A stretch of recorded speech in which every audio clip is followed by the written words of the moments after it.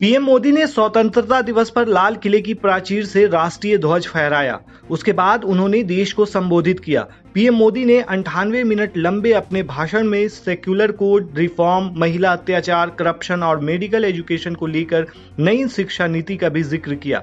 PM Modi ने कहा कि अब हम चाहते हैं कि आत्मनिर्भर बने। दुर्भाग्य से हमारे देश में आजादी के बाद लोगों को एक प्रकार के माई बाप कल्चर से गुजरना पड़ा। सरकार से मांगते रहो, सरकार के सामने हाथ फैलाते रहो।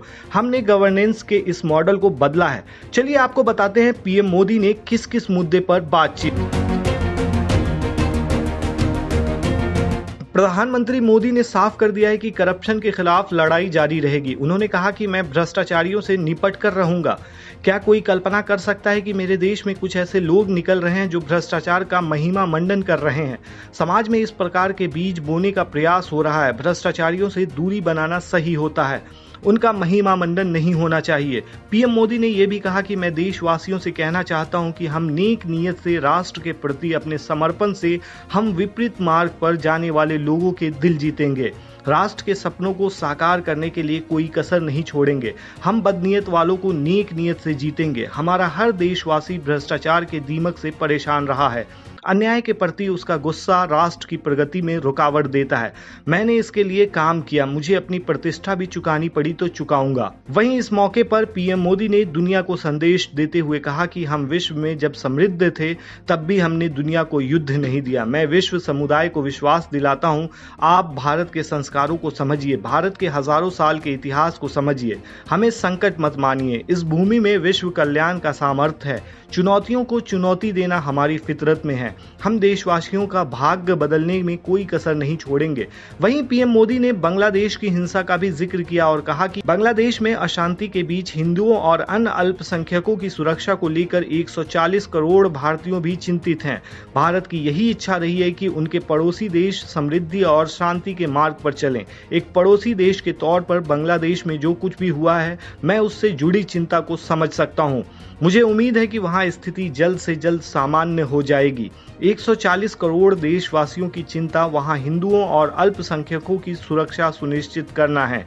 आने वाले दिनों में भारत अपनी विकास यात्रा में बांग्लादेश के लिए शुभकामनाएं देता रहेगा, क्योंकि हम मानव जाति के कल्याण के बारे में सोचते हैं। वहीं पीएम मोदी ने देश में सेक्युलर कोड पर भी बातें कही। पीएम मोदी ने कहा कि हमारे देश में यूनिफॉर्म सिविल कोड की चर्चा चल रही है। सुप्रीम कोर्ट ने भी यूनिफॉर्म सिविल कोड को लेकर चर्चा की है, अनेक बार आदेश दिए हैं, क्योंकि देश का एक बहुत बड़ा वर्ग मानता है कि जिस सिविल कोड को लेकर हम जी रहे हैं वो सिविल कोड सचमुच में एक कम्युनल और भेदभाव करने वाला सिविल कोड है।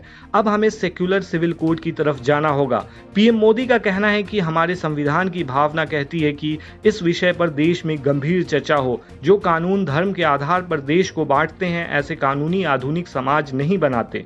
देश के संविधान निर्माताओं का भी ये सपना था। जो कानून धर्म के आधार पर देश को बांटते हैं, जो ऊंच नीच का कारण बनते हैं, वैसे कानूनों के लिए देश में कोई जगह नहीं हो सकती। देश में 75 सालों से कम्युनल सिविल कोड है। वहीं कोलकाता में महिला डॉक्टर के साथ रेप और हत्या से देश भर में नाराजगी है। इस मामले पर भी पीएम मोदी ने कहा कि मैं आज लाल किले से एक बार फिर अपनी पीड़ा व्यक्त करना चाहता हूं। एक समाज के तौर पर हमें महिलाओं पर हो रहे अत्याचारों के बारे में गंभीरता से सोचना होगा। देश में इसके खिलाफ आक्रोश है। मैं इस आक्रोश को महसूस कर सकता हूं। देश, समाज और राज्य सरकारों को इसे गंभीरता से लेना होगा। महिलाओं के खिलाफ अपराधों की जल्दी जांच हो। इन राक्षसी कृत्यों को अंजाम देने वालों को जल्द से जल्द सख्त सजा मिले। समाज में विश्वास जगाने के लिए ये जरूरी है। प्रधानमंत्री ने यह भी कहा कि जब ऐसे राक्षसी प्रवृत्ति वाले व्यक्ति को दंडित किया जाता है तो ये समाचारों में नहीं दिखता, बल्कि एक कोने तक सीमित रहता है। उन्होंने जोर देकर कहा कि समय की मांग है कि सजा पाने वालों पर व्यापक चर्चा की जाए, ताकि ये पाप करने वाले को समझ में आए कि इससे फांसी की सजा मिलती है। मुझे लगता है कि ये डर पैदा करना बहुत जरूरी है। वहीं नई शिक्षा नीति पर पीएम मोदी ने कहा कि नई शिक्षा नीति के अंतर्गत हम देश में ऐसी शिक्षा व्यवस्था विकसित करना चाहते हैं कि मेरे देश के नौजवानों को विदेश न जाना पड़े, मध्य वर्गीय परिवारों को लाखों करोड़ों रुपए खर्च न करना पड़े। हम यहाँ ऐसे संस्थानों का निर्माण करना चाहते हैं जहाँ विदेशों से लोग भारत आएं। हम विकास को, समृद्धि को अपना स्वभाव बनाना चाहते हैं। आज नई शिक्षा नीति के कारण 21 व्यवस्था बना रहे हैं। मैं नहीं चाहता कि मध्यवर्गीय परिवार के बच्चे विदेश पढ़ने जाएं और मोटा पैसा खर्च हो। मैं चाहता हूं कि भारत में ऐसी शिक्षा व्यवस्था हो जिससे विदेश के बच्चे यहां पढ़ने आएं।